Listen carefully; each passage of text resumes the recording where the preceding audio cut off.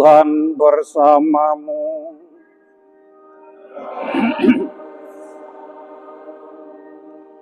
Inilah Injil suci menurut Lukas.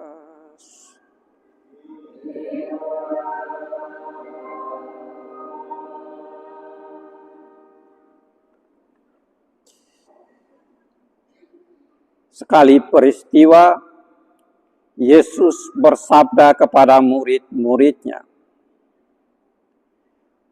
"Dengarkanlah perkataanku ini. Kasihilah musuhmu. Berbuatlah baik kepada orang yang membenci kamu. Berkatilah orang yang mengutuk kamu. Berdoalah bagi orang yang berbuat jahat terhadap kamu. Bila orang menampar pipimu yang satu, berikanlah juga pipimu yang lain.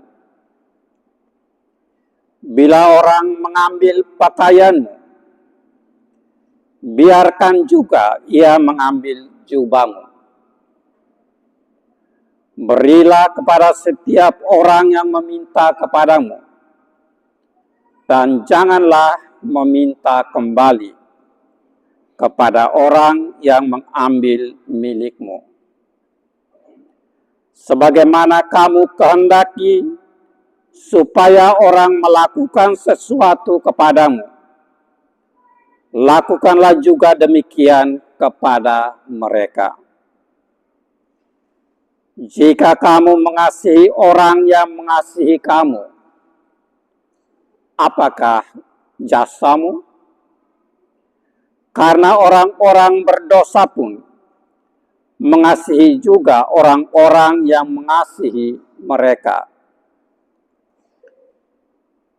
Sebab jika kamu berbuat baik kepada orang yang berbuat baik kepadamu, apakah jasamu? Orang-orang berdosa pun berbuat demikian.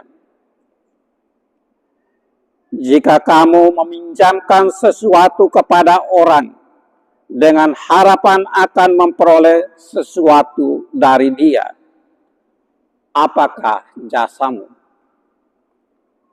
Orang-orang berdosa pun meminjamkan kepada orang-orang berdosa, supaya mereka menerima kembali sama banyak. Tetapi kamu, kasihilah musuhmu, berbuatlah baik kepada mereka, dan pinjamkan tanpa mengharapkan balasan. Maka upamu akan besar, dan kamu akan menjadi anak-anak Allah yang Maha Tinggi. Sebab ia baik terhadap orang-orang yang tidak tahu berterima kasih, dan terhadap orang-orang jahat. Hendaklah kamu murah hati, sama seperti Bapamu adalah murah hati. Janganlah kamu menghakimi, maka kamu pun tidak akan dihakimi. Janganlah kamu suka mempersalahkan, maka kamu pun tidak akan dipersalahkan. Ampunilah, maka kamu akan diampuni. Berilah, maka kamu akan diberi. Suatu takaran yang baik, yang dipadatkan, yang diguncang, dan yang tumpah keluar, akan dicurahkan ke dalam pangkuanmu. Sebab ukuran yang kamu pakai untuk mengukur, akan diukurkan pula kepadamu.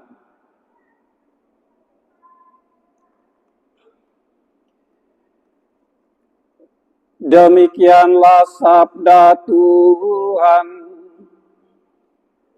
Terpujilah Kristus.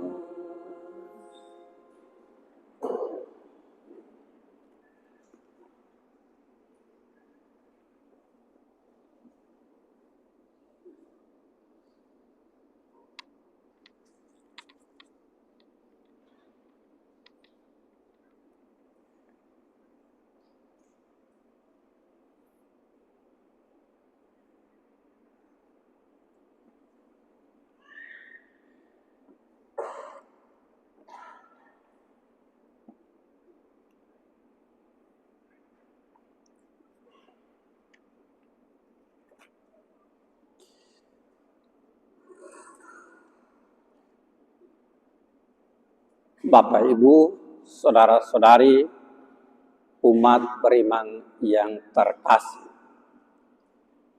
Hari ini saya mengajak kita untuk merenungkan tentang menunjukkan kasih yang lebih.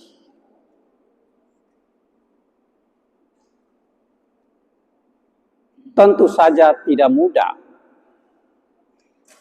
ketika kita harus melaksanakan perintah kasih itu. Walaupun kita tahu bahwa ketika kita berbicara tentang soal mengasihi, lebih mudah, bahkan lebih menyenangkan. Tetapi ketika itu diterapkan dalam hidup setiap hari, sungguh-sungguh amat berat. Apalagi kalau kita berpatokan pada firman Tuhan hari ini. Kasihilah musuh.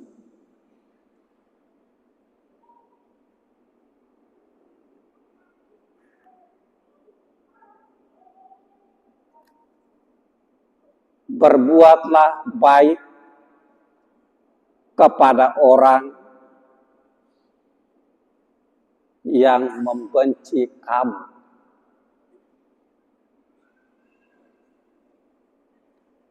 Berdoalah bagi mereka yang mengutuk kamu.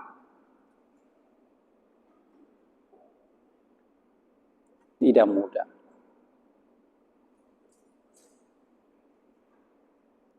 Tetapi sebagai pengikut-pengikut Yesus, kita diminta untuk menunjukkan kasih yang lebih. Sebagaimana yang ditegaskan dalam bacaan Injil tadi.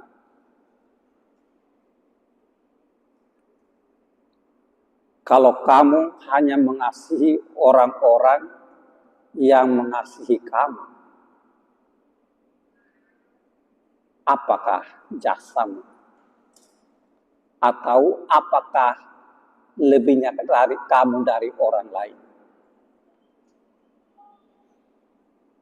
Bahkan orang-orang berdosa juga dapat mengasihi orang-orang yang mengasihi mereka.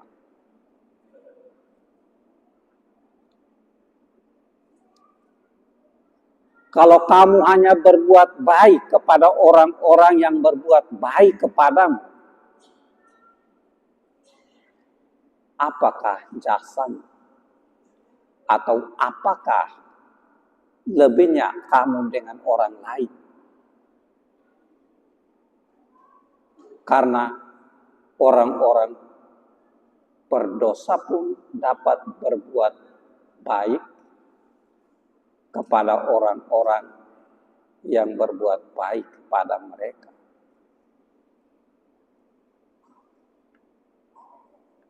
Karena itu, kita harus menunjukkan kasih yang lebih dari semuanya.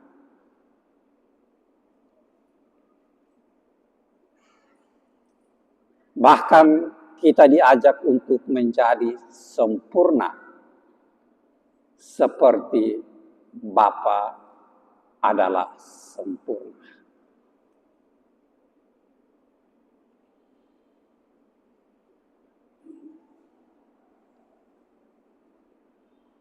Dan jalan yang ditunjukkan kepada kita mengasihi semua orang, termasuk musuh-musuh kita. termasuk orang-orang yang membenci kita, termasuk orang-orang yang mencaci maki kita, termasuk orang-orang yang mengutuk kita atau yang menyakiti kita. Pertanyaannya, mampukah kita?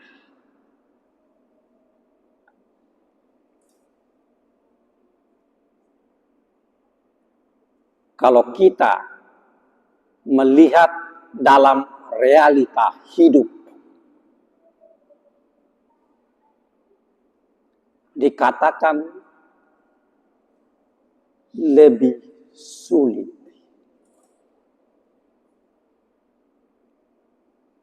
mencari kawan daripada mencari musuh.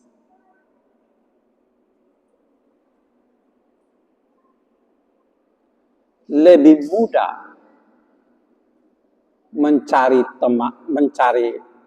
lawan daripada mencari teman. Karena apa? Untuk mencari lawan gampang. Jalan ketemu senggol. Pasti ya pokpak. Itu artinya bahwa lebih mudah mencari lawan daripada mencari teman. Lebih mudah mencari musuh daripada mencari kawan. Tetapi di sini kita diajak untuk justru mengasihi semua orang, termasuk musuh-musuh kita.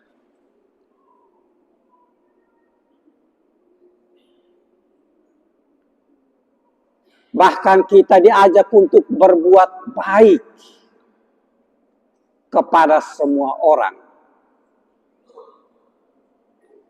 Berdoa bagi mereka yang mencaci maki kita, yang mengutuk kita, yang membenci kita, dan mohon berkat bagi mereka. Kalau itu yang kita laksanakan atau yang kita perbuat, maka itulah kelebihan kita dari orang-orang lain.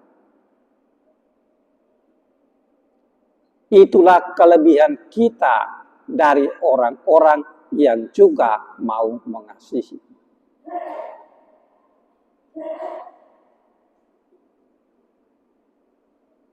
Dan kalau itu kita menunjukkan kepada semua orang, maka orang mengatakan kita tidak jauh dari kerajaan Allah. Karena Paulus sendiri mengatakan bahwa jalan utama untuk menuju pada kekudusan adalah kasih itu sendiri dengan mengasihi. Tapi Yesus menunjukkan pada kita bukan sekedar mengasihi, tetapi harus lebih dari mengasihi.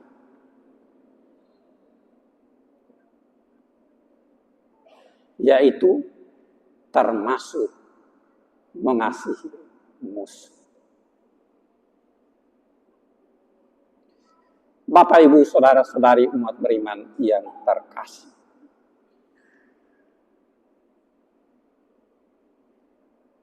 Mengapa kita diminta untuk tidak boleh membalas kekerasan dengan kekerasan? Membalas kebencian dengan kebencian, kedengkian dengan kedengkian. Karena kalau kita melakukan seperti itu, maka kita akan terkurung dalam situasi kekerasan itu. kita akan terkurung dalam situasi kebencian itu. Bahkan sepanjang hidup kita. Karena itu kita diajak untuk tidak boleh membalas dendam. Tadi dikatakan bahwa apabila orang menampar pipi kanan, serahkanlah juga pipimu yang lain. Untuk zaman sekarang tidak mudah. Karena untuk zaman sekarang, bunyi satu, ya samping bunyi pasti sudah balas.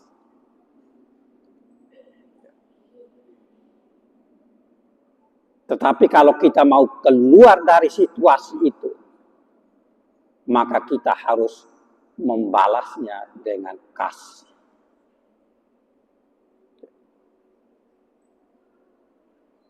Kita harus menunjukkannya dengan kasih.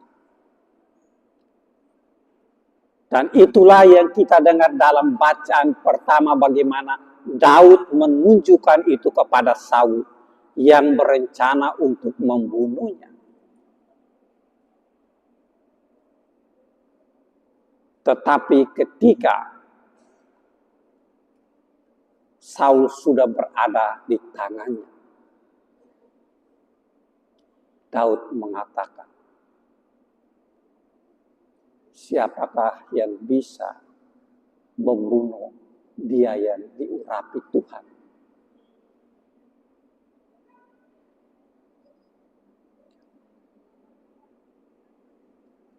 Kasih Allah membuat Daud mengampuni musuhnya. Mengampuni orang yang mau membunuhnya. Dan membebaskan atau melepaskan musuh yang sudah berada di tangannya. Dan kita semua yang hari ini mendengarkannya juga diminta untuk menunjukkan hal yang sama.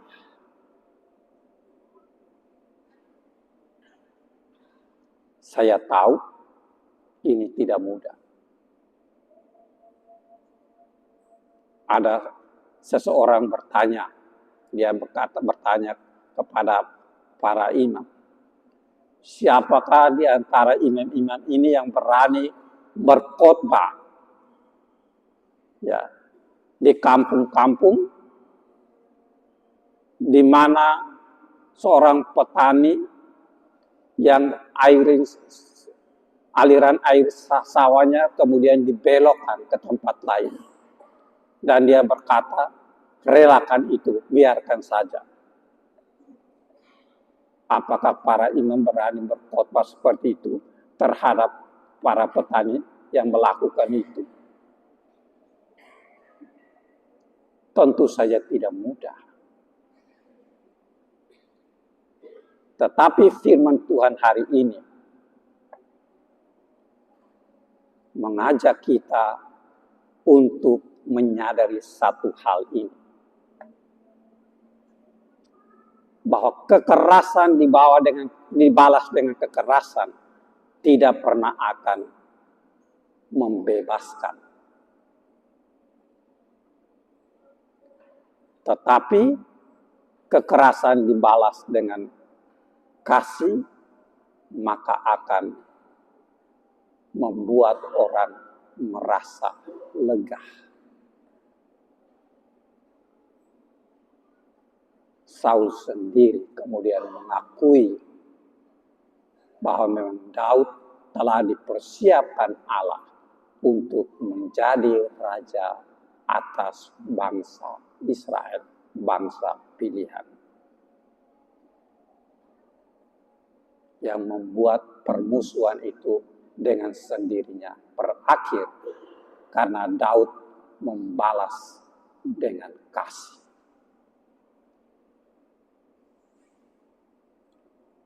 Mungkin dalam banyak hal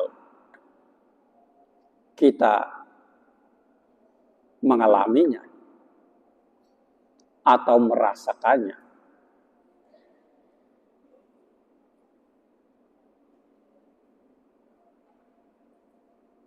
Dan saya ingin mengisahkan satu kisah sederhana. Dulu saya masih tugas di Bali. Ada dua keluarga, kebetulan rumah mereka di Perumnas. Karena itu, ya, perdampingan pisah dengan tembok. Bertahun-tahun lamanya mereka tidak pernah rukun. Pastor berganti pastor sama saja, tidak pernah rukun. Pada saat saya tugas di sana, tiba-tiba suatu saat, pada saat hari Minggu, keluar misa, dua keluarga itu datang. Sama-sama mereka datang. Mau mengajak saya keluar untuk makan-makan di luar. Mereka bilang, tapi saya sudah tahu maksud mereka. Saya bilang, ayo kita biar duduk-duduk di sini saja. Lalu mereka katakan, Romo, kami merasa malu melihat Romo begitu baik, tapi kami sendiri rumah bersebelahan dipisah hanya dengan tembok, tapi tidak pernah rukun. Karena itu kami datang ingin berdamai di hadapan Romo. Lalu saya katakan kepada mereka, saya katakan baik. Tapi Bapak Ibu harus tahu, saya bukan hakim. Karena itu bukan untuk memeriksa perkara.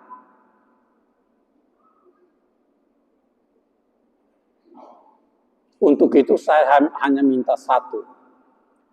Jangan pernah berbicara siapa yang salah, siapa yang benar. Tetapi sama-sama harus menyadari bahwa dulu kita sudah salah, sama-sama salah melangkah. Sekarang kita mau memperbaiki secara bersama-sama untuk melangkah menuju yang lebih baik lagi. Jadi ingat, tidak boleh mengatakan kau yang salah, kau yang itu artinya memeriksa perkara. Tetapi harus menyadari bahwa dulu kita sudah sama-sama salah melangkah. Karena itu sekarang kita mau sama-sama memperbaiki untuk menjadi lebih baik. Mereka berdamai sampai dengan saat ini. Kasih yang ditunjukkan lebih akan membuat semuanya menjadi lebih baik. Tuhan memberkati kita semua.